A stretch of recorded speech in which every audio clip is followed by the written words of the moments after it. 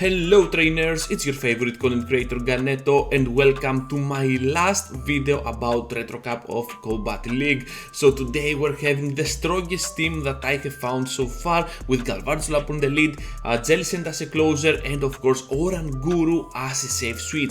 Oranguru is gonna be a huge asset for this team's success, and we're gonna see together how cool this Pokemon will be on the switch. So going with Galvantula on the lead, you're having a lot of neutral leads, and of course in the previous video you also saw how Galvantula can also beat down a Stunfisk up on the lead, which is absolutely awesome, a Unova Stunfisk, which is absolutely crazy to get beaten by my Galvantula. So having now Oranguru coming in, and after the debuffs I'm pretty sure that even a crunch will not be enough to finish us off right on time, so we can safely farm down. We're just gonna go ahead and provide all that energy that we have gained towards that Walrein. We're gonna take the first shield and now switch out to our Jellicent. We have to play this smart because this earthquake can be devastating for us, but we can barely hold on here since we can absolutely go for the Shadow Ball. Most probably gonna take a shield or just take a nice chunk out of that Walrein. My opponent decides to go in now with a Cofagrigus, which is gonna be kinda weird, but another Shadow Ball is imminent. They are gonna farm us down, but we still have Oranguru, which can come really clutch into the battle, block once this Dark Pulse, and we're completely gonna farm down the enemy, hoping that we can finish off with this foul play, and we do with a dream. What a play from Oranguru, and the victory will be for us. Next trainer, next battle, and we're having Greedent again. Okay, this is no surprise at all at this point, so Galvantula will do all the work up on the lead with the launches, debuffing the enemy, and after the first debuff, if you manage to fire off first the move, I think that body slams are not gonna be enough to finish us off, so we can safely go for the back-to-back ones. That 48 that you saw over there, well, I just put my phone on the charger, so that's why that happened.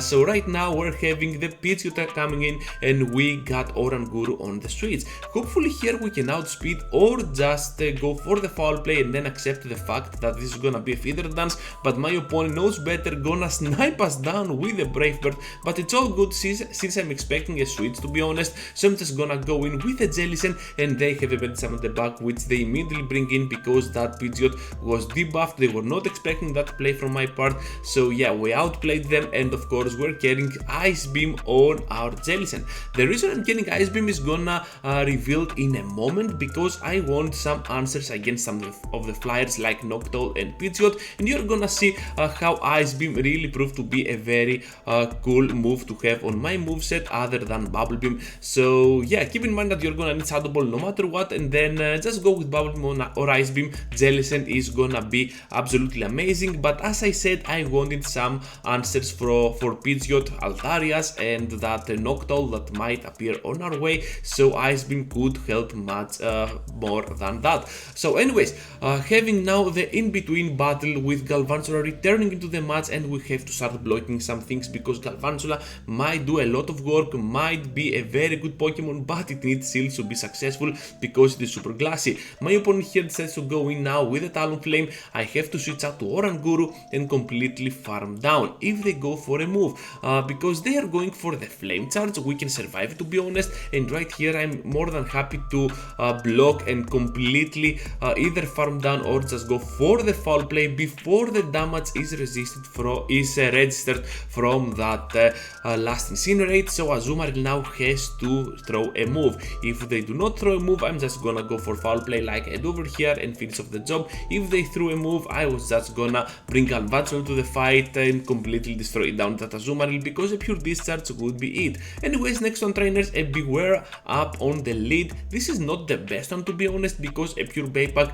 can finish us off even if we debuff this Pokemon, so we're just gonna go with a discharge. Hopefully they take it, and after that we're just gonna block and completely farm down, bringing ourselves a Galvantula with some energy. Let's say to bring in a Cofagrigus to lock themselves in with our backline, because we're just gonna debuff them. I was not expecting a shield because they saw the discharge up on the lead, and perhaps they were thinking, okay, this is gonna be another discharge, let's block block, but we debuff them with the lunge, which is absolutely awesome, and because of that debuff we can now survive 2 dark pulses from that Cofagrigus. I know that we're just gonna not shield at all and try to farm down with the aggressive confusions, and we're just gonna do it because right now Bewear is coming in, we got foul play, down it goes, and whatever there is at the back has to counter 2 of our Pokemon, not only 1. So I'm just gonna go in with Galvantula, charge up to almost a discharge, and then bail out to my Jellicent to catch an avalanche. However, my opponent knows better, they're just gonna wait, we're gonna block here, and we have to take their shield out with this Shadow Ball. They do not have the time to go for the 100 energy and go for a Shadow Ball and avalanche. I know that, and that means that Galvantula will win because it can even win the CMP out of that Froslass. They do not even have the energy to go for the back-to-back moves, but even if they had, we could win the CMP, and Galvantula would prove to be a victorious Pokemon against this Froslass.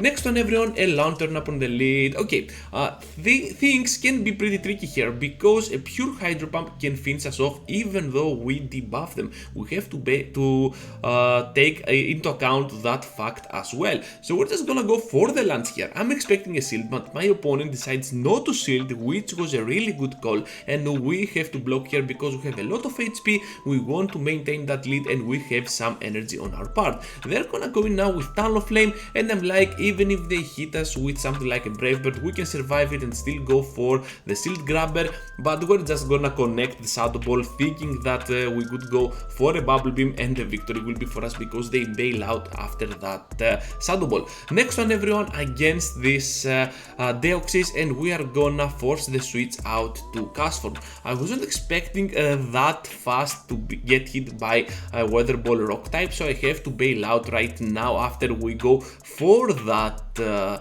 debuff on that Castform. And Energy Ball will lower our defense because this Castform is lowered on the attack stat. Lowering our defense is absolutely good for them, but we can hopefully farm them down right on the edge here before they go for another move. We have some HP to take some move to see what the opponent decides to do here. They come in with the Deoxys, and we're just gonna go with back-to-back foul plays to shield pressure this enemy, and of course apply a lot of damage to the Deoxys. They decided not to block at all, which is a very fine choice if you ask me, and because every other Deoxys over here is not running Thunderbolt, I'm like, let's farm it down with my Jellicent. Worst case scenario, we're gonna get hit by a Psycho Boost, which we do by the way, and we're just gonna farm down, have some energy, and they have that Pokemon that I was telling you before, the reason I have Ice Beam on my Jellicent. Noctowl, we're just gonna go with the Ice Beam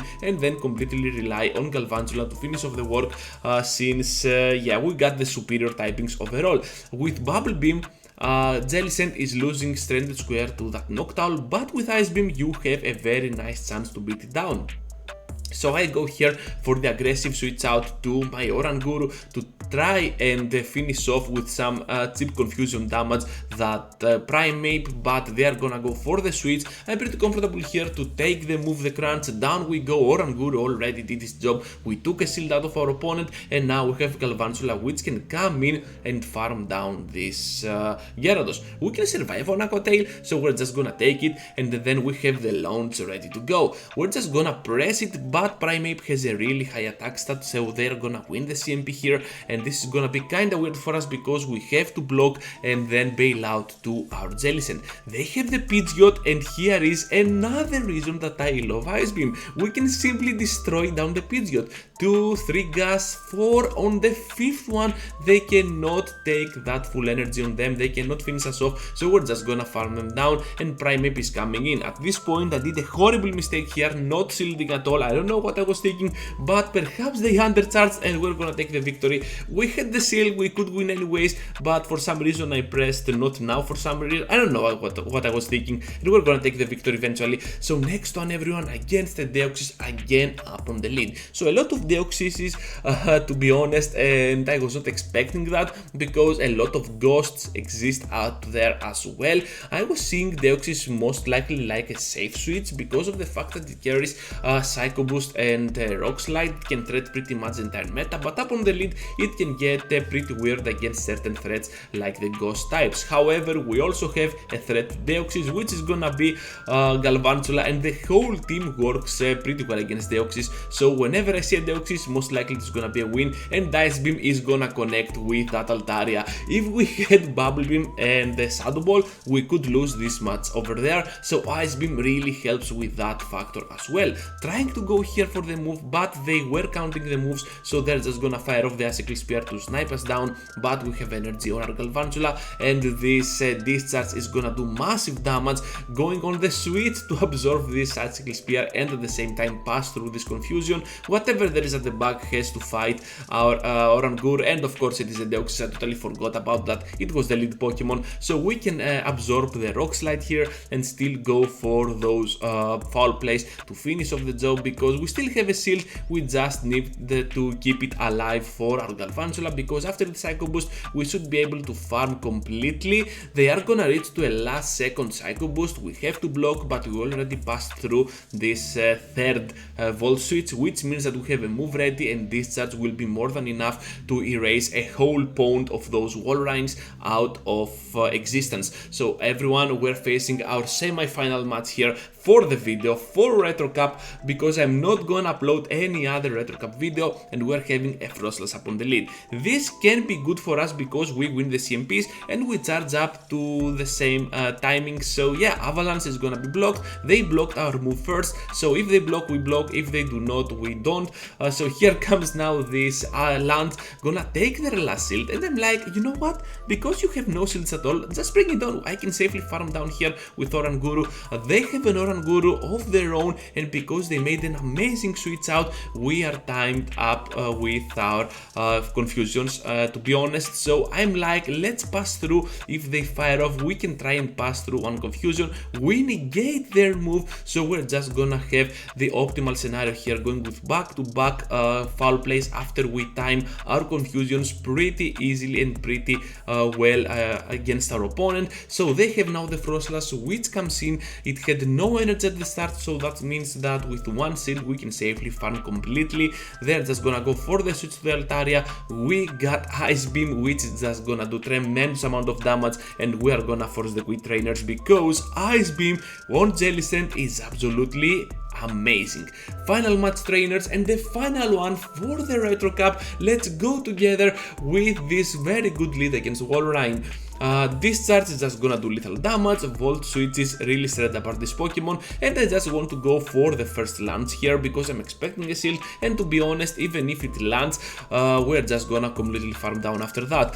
We have no reason at all to block because they're debuffed. We can safely go for another launch after we barely farm one more Volt switch.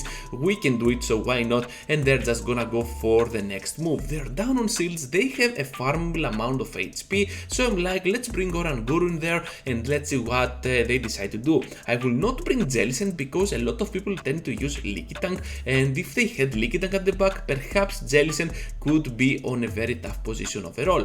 Having Altaria coming in, and I'm just gonna answer with my Psychic and then perhaps bail out to my Jellicent.